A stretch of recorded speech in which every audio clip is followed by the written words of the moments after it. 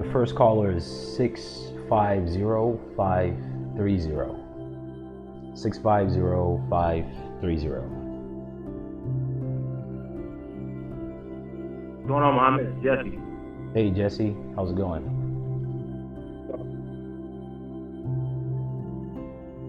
Hey, so my first question is gonna be in regards to. Can you hear me? Yeah, I hear you. Okay. Yeah, my first question is gonna be in regards to the GSA. So I'm currently working on my father's mortgage and getting rid of it. I have documentation already filled out. But before I send it off, I just wanted to triple check with you in relation to the corresponding recipients. So right now I just have the indenture trustee for the company, as that's their bank, or that's who they bank through. I have the Department of Labor. I also have the president.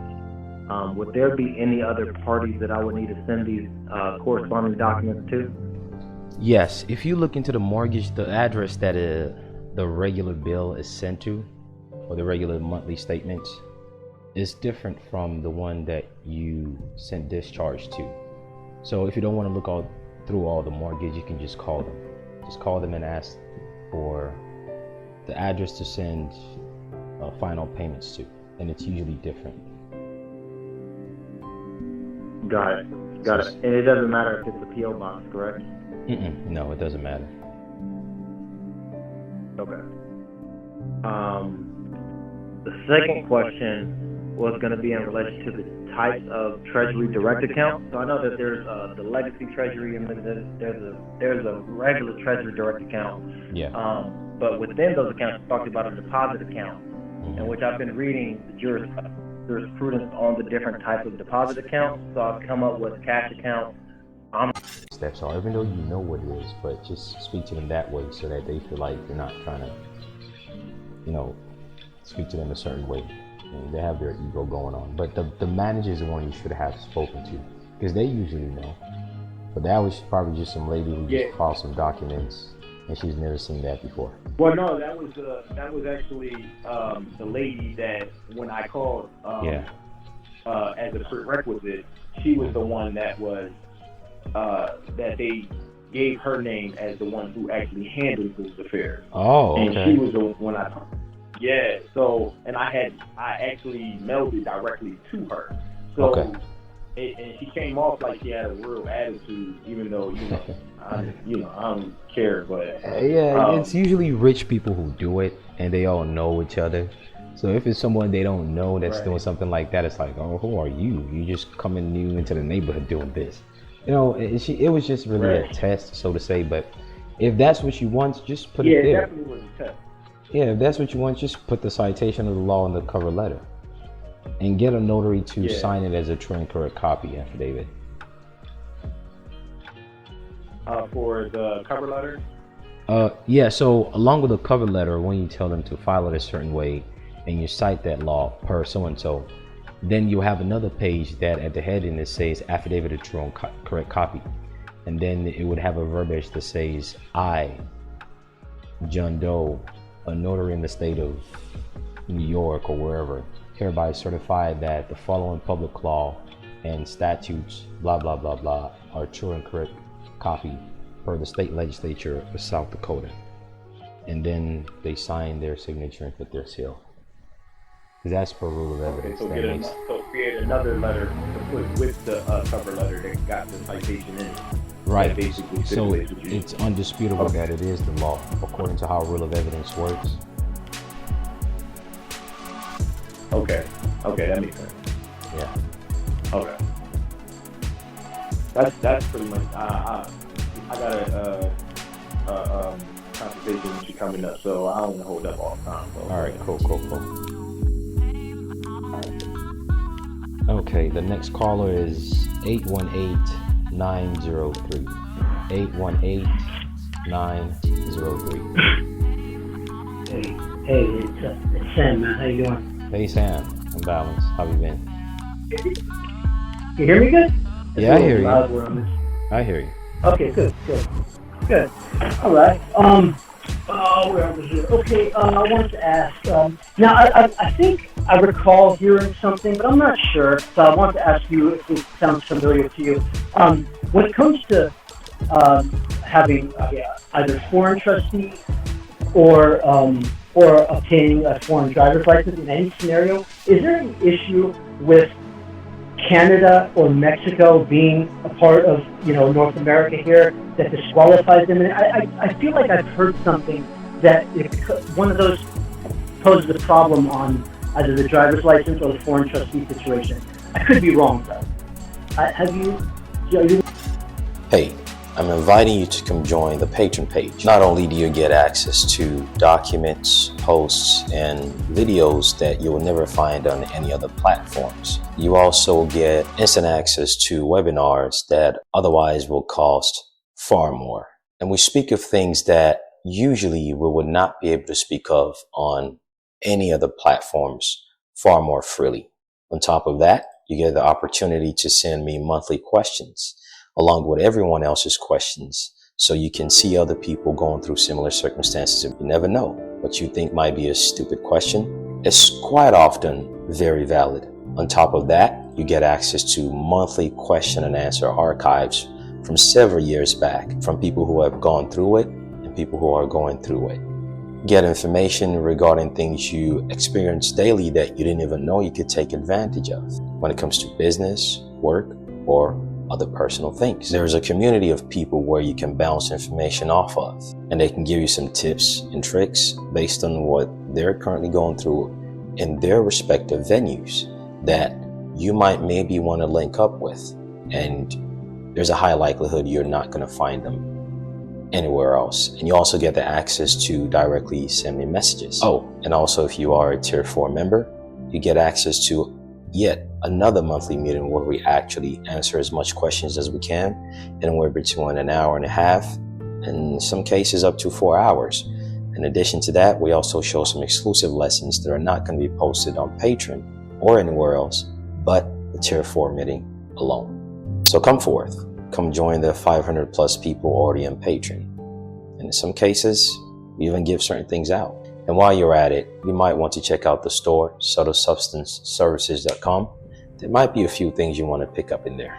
Okay, good. All right, that's good to know. I don't know if that's what I've heard in the past, but I appreciate that. That's yeah. Well, I haven't mentioned anything related to that, but that's what that is. Yeah. Okay. Yeah, I agree. It wasn't the best idea for a foreign trustee situation, but yeah, it's anyway. So thank you for that. The other question, one here is a little light in the mood, I guess. Can you tell me, because I did as much research as I possibly can, and I can't figure out what your logo is from or what it represents.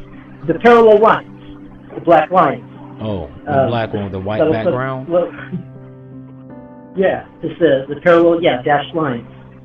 There are 200, it's an algorithm from the spiritual practice in West Africa. And there are 256 algorithms, and that's the first one that delineates great fortune and leadership. That's the first of 200 and how many you said? 200? 256. 256, okay. Yeah. Cool. All right. I didn't stumble upon, I checked everything correct how I could imagine. I guess I didn't stumble upon that. Thank you. I was looking at that. Okay. Okay. And about when it comes to proxy agreement, authorized representative, signing. Now, what is the distinction or situation or distinction between, for example, if you have if you're authorized to sign for somebody, when would it be proper or different to when you're authorized to sign their name? What relations are you, or what is the correlation to that other party that you're signing on behalf of? Oh well, I'm not thinking of a specific situation. I was just in general. I'm trying to think, like, if you can have an agreement to be the authorized representative, why would you have the agreement to sign? You came back from the lady that does the international driver's license. I just sent it off because I got an option for a different country all of a sudden, UK. So I thought that was great. I'm glad I waited for a second for that. So. Okay. Yeah, I've never had that option before. I thought that was cool. So instead of everyone's like Panama, Right. Did they respond though? Oh yeah, they responded. They definitely responded. I actually once or twice had a little exchange with some information. Yeah, that's Okay. Yeah, I appreciate that. They're I'm in touch with them. Thank you. All right.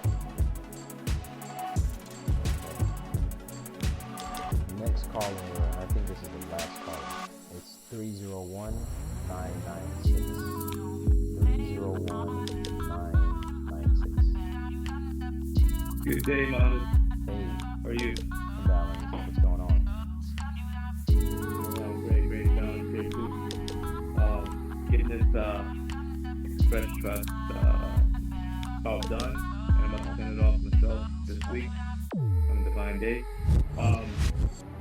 My question is, before I send it off, How many years does it expire over there? And if it's the Secretary of State? I didn't see a expiration date. Okay, good. I have to look back into it. Okay. Because it's been a while. Because I was like, man, I'm looking at other states and see what states do at the county level. But if it's good to go, I'm cool. Yeah, you're good to I'll go. check it out. If it usually does, for instance, with Missouri on the Secretary of State level, they tell you when it expires on the face of it. So I'm hoping Florida does also. If not, then that means it's perpetual. So if you got it, you're good to go. All right, awesome. My second question is, when I start creating different trusts, so like for firearms and everything like that, would I utilize the same name, or would I have to change the name and use a different administration, like a different trustee and everything like that? You can use a different name. In fact, I suggest you use a different. You're referring to the name of the trust, right? Or something else? Yes, the name of the trust. Yeah. Name of the trust. It's really up to you. In fact, it's best that there are different names of trust. Now, you can use the same foreign trustee if you choose. Okay. Now, just as a side note, say for instance, within those same trusts, say if it's not a firearm, say you're doing some other type of administrative things inside that trust, and you're designating things like a treasurer or an auditor and things like that, you might want those two to be different foreign trustees. But if it's just a separate trust, you can use the same foreign trustee from one trust with another one, so long as it's two different trusts. Got it. Sounds good. And my last question. So, I have a foreign address, separate from the foreign trustees' nationalities. That should be good to go, right? Yeah. So long as it's foreign. Okay. Awesome. All right. Cool. I'm good to go. Spearhead through this thing and be on that level. Awesome. Thank you. Yep. Thanks everyone for calling. You guys take care.